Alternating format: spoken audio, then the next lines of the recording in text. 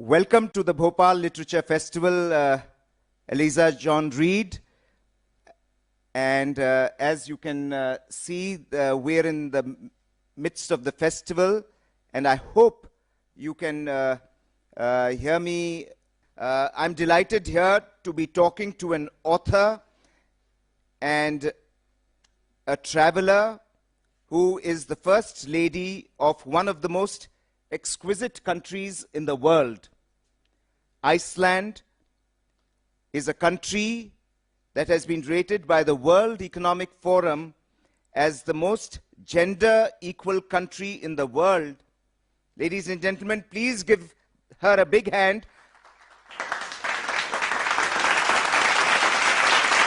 और मैं ये बताना चाहता हूं कि ये 12वीं बार उनको इसलिए इनके देश को अवार्ड मिला है क्योंकि पुरुषों और महिलाओं के बीच में समानता इन्होंने हासिल की है. विश्व में नंबर 1 देश है ये.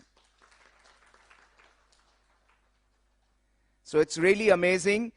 I would like to introduce Eliza Reid, author and speaker at the outset.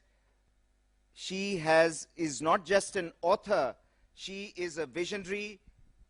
She is the founder of the Iceland Writers Retreat. She grew up on a small hobby farm, as they say, in Ottawa in Canada, and moved to Iceland in 2003, 5 years after winning a student raffle for a date with a man who was going to be her husband, Gudni Johansson. When he took office as President of Iceland in August 2016, she became the country's First Lady, and in that capacity, she has been extremely active in promoting gender equality, entrepreneurship and innovation, tourism and sustainability, and the country's writers and rich literary heritage she is supporting. Eliza has been candid about the role of the First Lady, which is an unofficial position with no job description, penning a lauded op-ed in the New York Times and delivering a TEDx talk on the topic. Her first book, Secrets of the Sprakkar, Iceland's Extraordinary Women and How They Are Changing the World, was published to critical acclaim in February 2022. I welcome her here, the First Lady of Iceland. Please give her a big hand. Thank you very much for accepting our greeting. Madam, I would like to know from you, and you have briefly explained what the Sprakkar are, but for everyone's understanding, what is it so extraordinary about them that you refer to them as secrets of the Sprakkar? Why is it, why did the word secret have to be used, and what makes them so extraordinary? Please speak in English. I will translate into Hindi wherever I feel it's necessary. Of course. Thank you very much. And before I answer your question, thank you very much for inviting me to take part in the festival. It's a real honor for me, and the first time that I've been taking part here. Can you hear me all right from where you are? Yes. Is it okay? Great.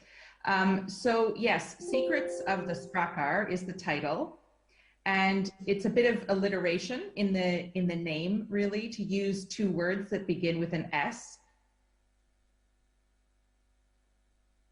Not an English word. It's a very strange word or unusual word that means outstanding or extraordinary women. So by using this word extraordinary in the subtitle, I'm referring back to the meaning. And I guess well, you have to read the book to find out really all of the secrets of the Sprakkar. But the book is comprised of interviews with almost 40 different Sprakkar, or extraordinary women in Iceland, to talk about how it is for them as women in the world's best country for women. But I think without wanting to give away too much, I would say that maybe one of the ideas behind these secrets is the fact that I tried to interview women who weren't necessarily the most famous or the first women to do something, but really more regular women living their lives, because I thought that might be of more relevance to people reading the book around the world, that they could get more inspiration from that because they could relate more to people who had had similar experiences to them. मैं आप लोगों को बताना चाहता हूं कि उन्होंने उन औरतों के बारे में ये किताब लिखी है जिसकी वजह से उनका देश वर्ल्ड में नंबर 1 महिलाओं के लिए सबसे सुखद देश माना जाता है आइसलैंड। उनकी उन्होंने चित्रांकन किया है, उनके विषय में उन्होंने पूरी डिटेल में बताया है। Madam, we are in the midst of a literature festival, and I would like to mention for the benefit of the audience here what you have written, that in Iceland there is a belief that blind is the bookless man. And I'm very happy indeed, gratified to hear from you that in Iceland everybody walks with a book in their belly. किताबों का Iceland में बहुत शौक है, हर कोई किताब अपने पेट में रखकर चलता है। That Reykjavik जो कैपिटल है, this deserves a big clap. कि Reykjavik जो है वो यूनेस्को सिटी हमारे पास, we have in Bhopal about 1 hour away we have 2 UNESCO heritage sites dating to prehistoric times and about the turn of the first millennia. But Reykjavik, as you have mentioned, is a UNESCO city of literature. वो साहित्य और किताबों का UNESCO city है, तो आप imagine कर सकते हैं कि किताबों का कितना शौक है उस देश को। एंड क्रिसमस में जब प्रेजेंट्स बांटे जाते हैं तो किताबों के प्रेजेंट्स बांटे जाते हैं। And that the country and the houses are flooded with books, that even bathtubs have books, and that houses of writers get converted into book museums. And we have some publishers sitting here, they are really admiring this. And this is absolutely extraordinary. I would like to know from you how, in an age of OTT platforms and all the multimedia that we have around us, how are you managing to sustain an interest in books in your country? Thank you for that question. Well, I think part of it is because it's such an old tradition here. So it's not something that was done to bring tourists to the country or as some sort of a trend. It's actually something, this love of literature that has existed for hundreds of years. And to answer that very quickly, that is really because Iceland has traditionally been a very poor country, remote from other areas. And so hundreds of years ago, we didn't have materials to build huge buildings. We didn't have materials to create art or compose music, but we had books and were able to write books and place a big emphasis on being literate. So there's a long tradition of that. And that has evolved today, as you said, to have these really high book publishing and buying rates, and this what we call the Christmas book flood, when most of the books are published in the season leading up to Christmas. I don't want to tell you that all children in the country only want to get books for Christmas. My kids wanted a new PlayStation, so you know, I want to be realistic for you, but absolutely, it's something that everybody enjoys looking at, and it's something that I think we are very proud of as a country to talk about that literary heritage. And like you mentioned earlier, we have so many phrases in the Icelandic language that relate to enjoying books. There's one more even. If you have found your niche in life or what you want to do, it is said that you have found your shelf, if you decide that. So there's another book related phrase for you. So I will translate it for the audience. What she's saying is कि जैसे book shelf होता है, आप book store जाते हैं तो book shelf होता है, तो कहा जाता है कि अगर आपको आइसलैंड में कहा जाता है कि अगर आपको अपनी जगह और आप व्यवस्थित हो गए जिंदगी में, तो उसके लिए उपयोग किया जाता है कि आपको अपना बुक शेल्फ मिल गया जिंदगी में. Wonderful. Iceland is known to be a country which is very high on renewable energy, and you have made it your mission to be carbon neutral by 2040. That is indeed a tall order, but knowing your zeal and your country's zeal, I think that is achievable. So what steps are you taking broadly as a leader, as a people's leader, to get people into action apart from the government? We are very fortunate there because we transitioned away from relying on coal and oil 50 years ago, before the OPEC oil crisis and all the prices went up, because everything was being imported, and have really found a way to maximize our renewable energies that are existing on this island. So almost all homes are heated with, and we need to heat our homes all the time here, are heated with renewable energy. Then there's also been, for example, a huge increase in the use of electric vehicles. So there's very high taxes now if you want to buy a new vehicle that is just petrol-based. And so some of it is being used through tax incentives to use more environmentally friendly products and not to use non-environmentally friendly products. But I would say the biggest areas are in terms of the electricity generation and heating, and then in terms of encouraging people like this to use, say, electric vehicles for their cars.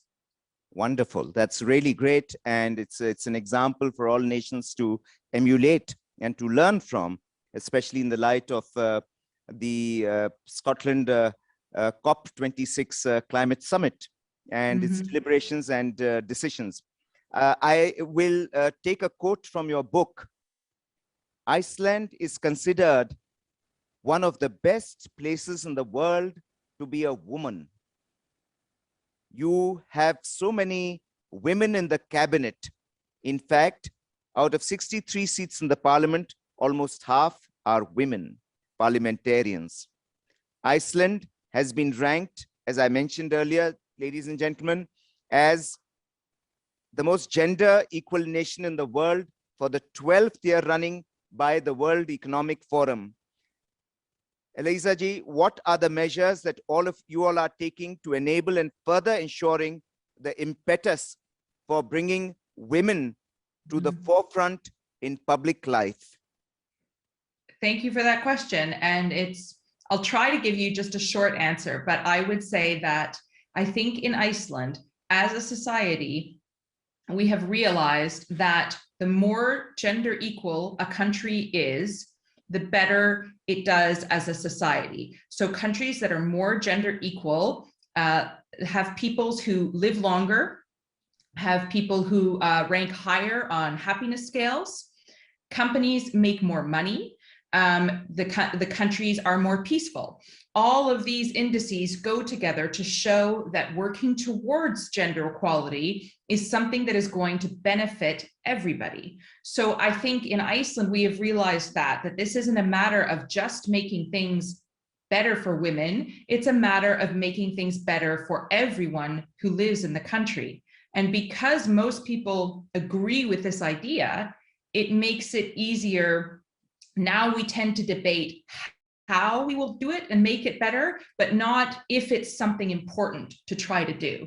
So that's a big distinction that I think is important. And secondly, that we always have to remain vigilant. We have to keep continuing to work towards this, because obviously it doesn't happen by itself unless we always remember and unless we continue to work towards greater equality.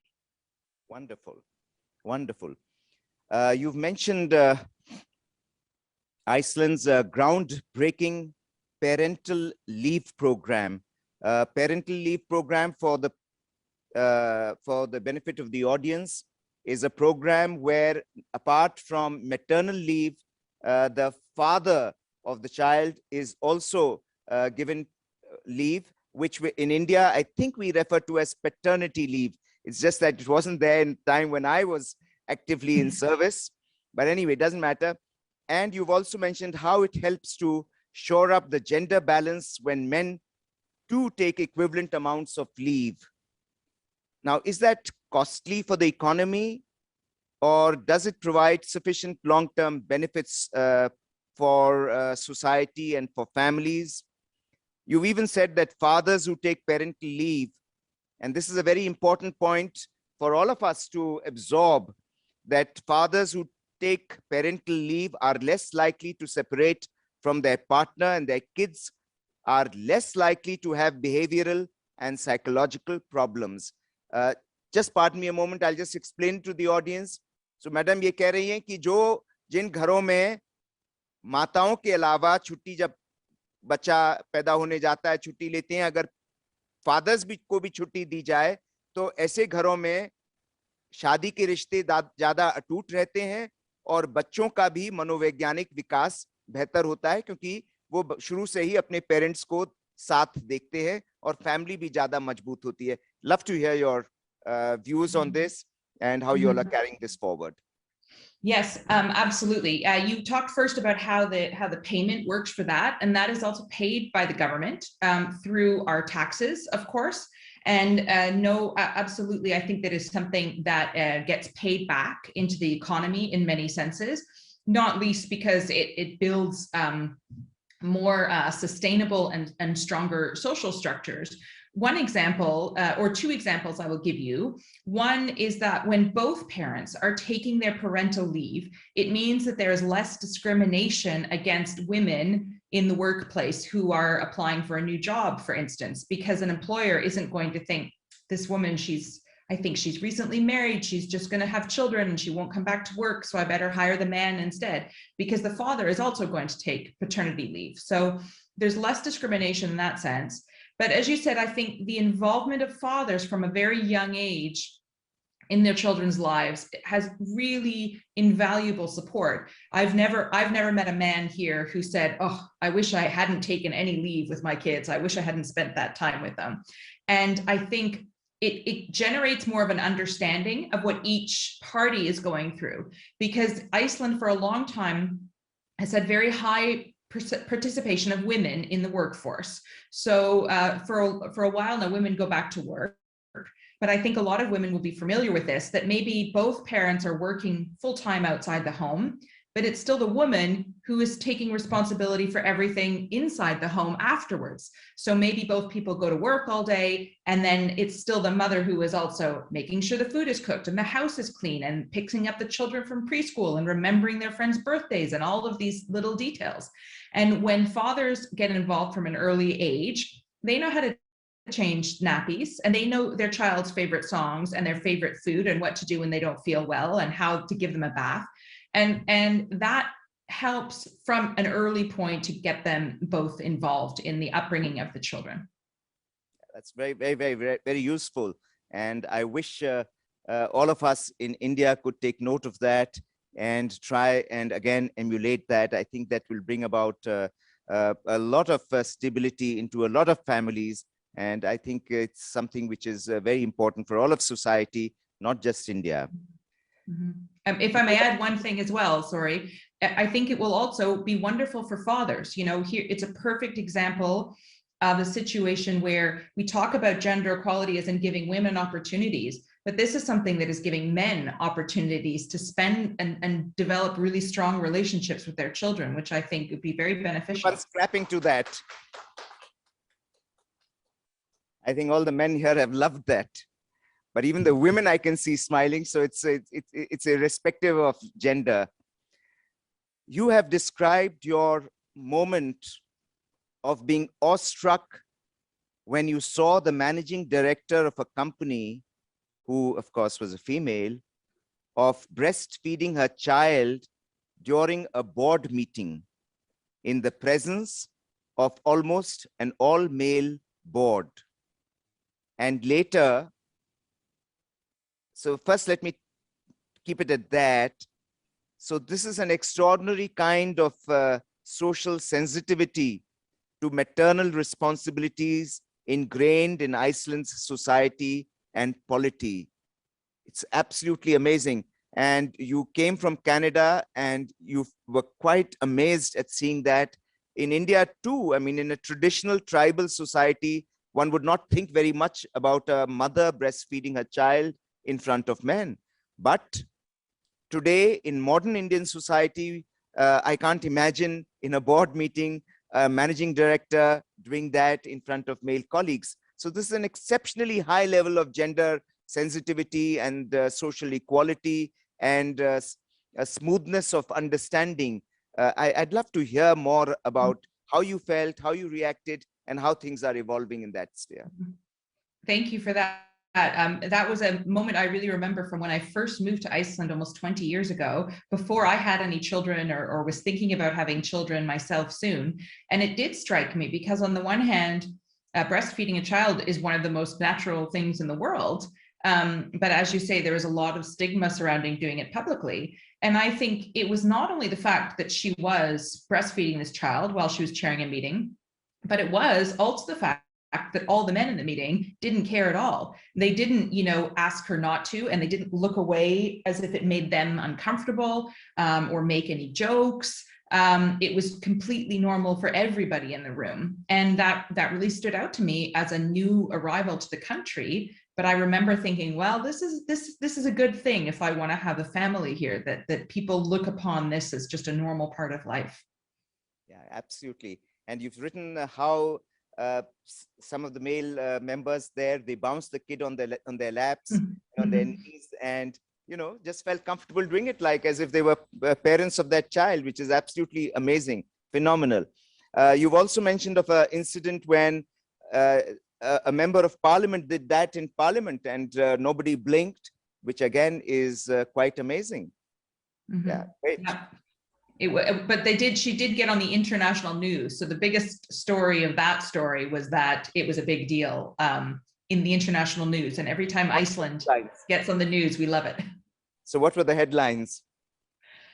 I think that, they were in the American newspapers and German and British, that a member of parliament had gone up to the podium and she was nursing her baby at the same time. But as she said, it felt completely normal to her. She hadn't expected to have to speak at that exact moment, and was sort of sitting at the back of the chamber nursing her baby. And she thought, well, either I have to take this baby off and the baby will scream the entire time, or I just bring her up where she's quite quiet and carry on. Feeding the future of the nation. Wow. You have referred to affordable childcare, and you've used a very useful, a very pertinent, very sensitive phrase, infrastructure for families. What steps does Iceland take to promote and buttress such infrastructure, and how does it manage to finance such huge expenses for undertaking this infrastructure for families? That is a phrase that I borrowed, and I should give credit to her, from the American Senator Elizabeth Warren, who used it off as an expression. One example, for instance, is very high quality and affordable childcare. So we talked already about the parental leave scheme that applies to both parents, but what takes over from that after the parental leave is finished is very subsidized childcare that is run by municipalities. And it's already subsidized by the government, but there are even further discounts if you are a single parent or on unemployment benefits or a student. And it's also subsidized if you have more than one child in the system, as we did at the time. And that means that people tend to decide the size of their families more on if they want to have more children or not, rather than, if they can afford to have more children. And absolutely, this costs money. This is again paid for in the subsidies, and it's part of what I would call the sort of Nordic welfare state model, which has relatively high taxes. But again, because we realize the benefits of this, we're a very small country in Iceland. We can't afford to have half the population at home doing unpaid labor, not paying their own taxes, not paying into the economy in that sense. We need, just from a purely economic point of view, we need to have as many people working as possible. And so nobody is really debating whether this is worth the cost, because it so obviously is worth the cost of doing it. Notwithstanding, I think, again, it makes people happier and longer living and more productive. Great. Let me come to one of the Sprakkar stories that you've mentioned in your book. And this is, of course, mythology and not one of the more recent time stories about the extremely feminist Sprakkar, the saga era Sprakkar, who saga era is prehistoric, who defied convention and refused to give away 2 locks of her hair to save her husband in battle because the husband had been rude to her. And so she wanted to avenge the husband. So is that how the fairer sex in Iceland are? Are they that tough, and are they that tough with their men? I'd just love to know that, because it would sort of resonate better with some of us here. I think they're very tough, but I think it's interesting. So that story again is obviously an ancient story that's evolved into a legend. You know, it's a thousand years old. And in the rest of the story, in the rest of the saga, she is not treated well for allowing her husband, you know, to die because she won't lend him a lock of her hair. But in modern times, we see her as really using the very few weapons, as it were, that she had at her disposal. You know, she wouldn't have had property. She wouldn't have had people listening to her in those times. It was one of the few ways in which she could speak her mind and talk about something. And so I think that in a modern context, that's why we see her as an earlier feminist. Oh, great. You know, there are certain words in Icelandic which are very similar to words in our native tongue, Hindi. For instance, dotir. Dotir Icelandic is like dwattar or daughter in English, dwattar in Sanskrit, which means daughter. Amma is mother in Icelandic. Amma is mother in Hindi and in Urdu as well. Log for people. Log is for people. Logon ke liye hum bhi log इस्तेमाल करते हैं. Iceland, you said, is also, people have various superstitions. So for instance, when you were joining, they said, okay, don't join on a Monday because Mondays are considered tricky in Iceland. Indians too have a lot of superstitions. हमारे यहाँ भी बहुत superstition और अंधविश्वास हैं कि हम कोई भी journey जो है पड़वा के दिन नहीं शुरू करेंगे, इस दिन नहीं शुरू करेंगे, उस दिन नहीं करेंगे. We will not pare our nails, cut our nails after the sun has set. That we will hang chilies and lemon outside our houses. Iceland also, you have various superstitions. So please do tell us, for the benefit of the audience, 1 or 2 quirky superstitions of Iceland, and whether with changing times and technology, some of those superstitions are now fading away, or are they becoming as strong as they were, and people are reinforcing them thanks to social media? That's a great question, and I love hearing about it, because I love hearing about the similarities that we in what you might think are very different societies, in similarities that we all have together. I always think that says something good about the state of the world, you know, that unites us as peoples of the earth so much.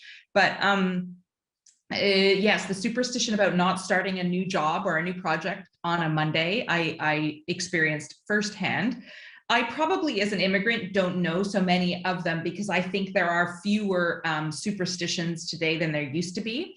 But there are a lot surrounding what are called the hidden people of Iceland, who are these traditional sort of invisible creatures who live in the hills and the rocks and in the natural areas outside the country. And it's really been built up a lot for the tourist industry, that you know, all Icelanders believe in elves.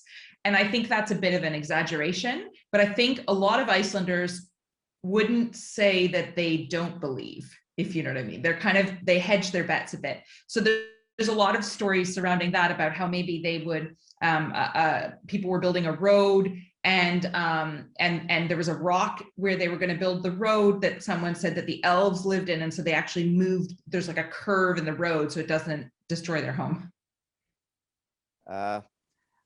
Iceland also has a very, very humanitarian approach when it comes to the subject of LGBTQ, and which is homosexuality, समलैंगिकता के विषय में भी आप लोगों का देश बड़ा अग्रणी और positive minded है. So are these kind of humanitarian approaches, are they improving, and are they only strengthening, or they are going down? And did it require any legal intervention through the courts, as was done in India, to legitimize gay rights? Or did it happen naturally because Icelandic society is modern, positive, and humanitarian? I think, so you're right, it's absolutely evolved and hopefully is continuing to evolve in the right direction. I mentioned an example in the book, though, of a gay rights activist in the 1980s, so not that many decades ago, who had to flee Iceland and move to Denmark because he was persecuted for his sexual orientation. And so, you know, we really have evolved a lot in the past decades. I would say how that evolution has happened, less so from, for instance, maybe a couple bringing a case to court, which gets knocked down and changing the laws, but absolutely through activism, through grassroots activism and support and pressure on Parliament to change the legislative system, which is happening. So Iceland was not the first country to legalize same-sex marriage, but it was a country which passed the legislation with no votes against it from members of Parliament, which I think is very good. Right now, what the government is really working towards, or what the activism has to do with maybe, is enshrining the rights of trans people into laws. So there's an area where the legal system, the legal protections available are farther behind. And so that's the area now that we're really pushing towards. And I think our small size has an advantage because we all tend to know people, we meaning cis heterosexual people, tend to know people who are members of the LGBTQI+ community, and that helps us understand that, of course, we want to enshrine inalienable human rights for everybody. Great, great. Is it really true that Iceland does not have a military of its own, and is therefore a country which does not apprehend any invasion from anywhere? And if that is so, then indeed it is something which is extraordinary in today's turbulent times. We do. We are the most peaceful country in the world on the peace rankings, and it's correct that we have no military, but we are a founding member country of NATO, the North Atlantic Treaty Organization. So we do have support. There was an American military base here until 2006. We support NATO in other ways through humanitarian means. For example, last week after the NATO conference in Brussels to discuss the war in Ukraine, the Icelandic government pledged additional support to defense measures, which are primarily referring to the threat of digital assault and other kinds of assaults like that. So it's true that we have no human military, but we are a NATO country and aligned with those NATO nations. Iceland has a very open-minded approach to the subject of sexuality, and you have a large number of children who are born outside marriage. There is no stigma attached to single or young mothers, and you have said it very well that there is no place for government in the bedrooms of people. If you have to sow your oats, whether man or woman, there is no time to waste. And the age of sexual consent in Iceland is merely 15. I would say that perhaps that is indeed pragmatic and practical. So what are the benefits to Icelandic society that have ensued because of this broad-minded approach to the subject, which is otherwise people shy away from the subject of sexuality? Various countries have debated whether to introduce it as a part of educational curriculum or not, and most nations have not been able to decide on that. I'd love to hear from you what your thinking on that is. Thank you. And it's interesting because, you know, I grew up in Canada, as you say, so I have my own predispositions or ideas from the society in which I grew up. And maybe this is one area that I found I had to adjust the most to when I began living in the country. But now that I've lived here for a long time, I also see how this benefits, say, something like gender equality, because it helps to level the playing field. It creates fewer, and I'm not saying they don't still exist, but fewer double standards between women and men, which is, I think, furthers the cause of equality. And so overall, I think that it's important, but it does come with downsides. As I say, it has Europe's highest rate of sexually transmitted diseases. So, but I think in terms of allowing, especially adolescents, to be able to ask questions and make informed decisions, I think that is important. True. You had a Nobel Prize winner in literature from Iceland, and you all celebrated that you have the highest per capita Nobel Prize winners in the world because you have a small population. Great. So perhaps on the per capita count, Iceland would stand ahead of many other countries on many, many counts. Instead of a Guinness Book of Records, perhaps you should contemplate an Icelandic per capita awards, book of awards. That's an excellent idea. We'll bring that forward. Today, the world is racked by an ideological war between authoritarianism and liberalism. What do you think should be done to make all nations and societies to be more compassionate, to communicate better, and to move towards that cliched ideal, which is so necessary, the ideal of universal humanism? Mm-hmm. I think, that's a big question, of course. I think in the context of gender equality, the theme of my book, what I hope I'm trying to say is that it's important to have everybody have a chance to use their voices and to be a role model, because I think we can all be role models. And in fact, we are all role models, whether that is within our families or our places of study or our places of worship or our work or in our communities.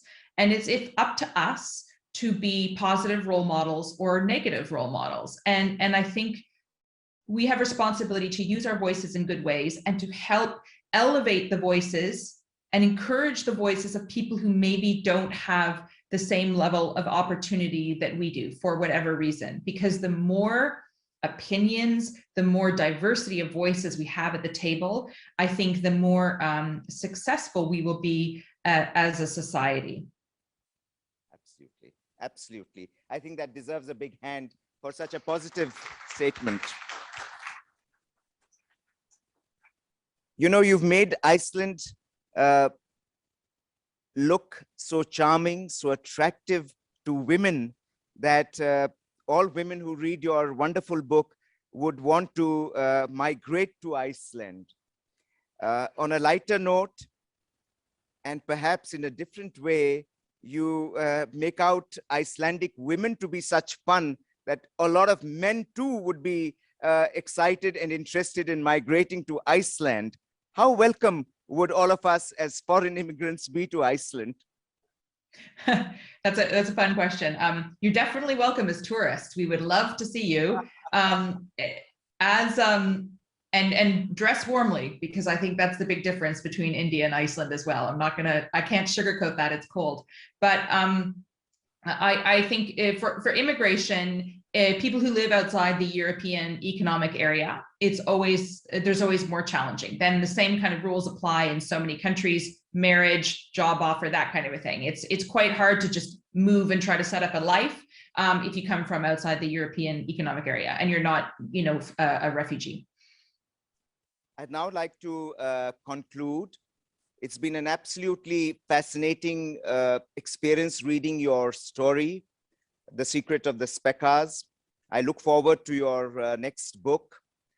And I feel personally, as an administrator, as a manager who has been involved with government in various capacities, that a condensed version of this should be made essential reading for all administrators across the world, as it provides a very useful insight into humanitarianism, which is so important, ladies and gentlemen, for the longevity of the world, of our society, and for all of us to stay on an even keel, and most importantly, to remain happy.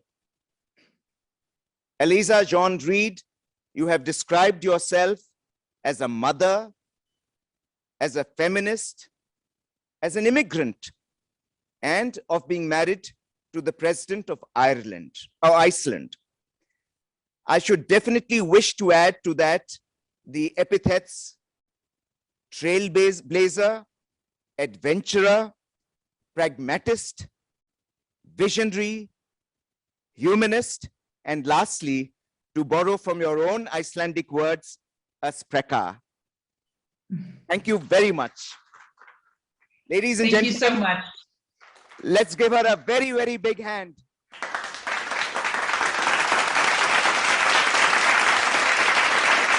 Thank you. Now, I would like to present to you virtually, and we will get it couriered to you, a tribal artists award-winning painting done specially for us, and which we will courier to you.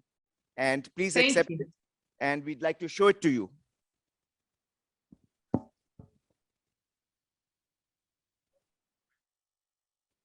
It's beautiful. Wow. That's beautiful. Thank you so much.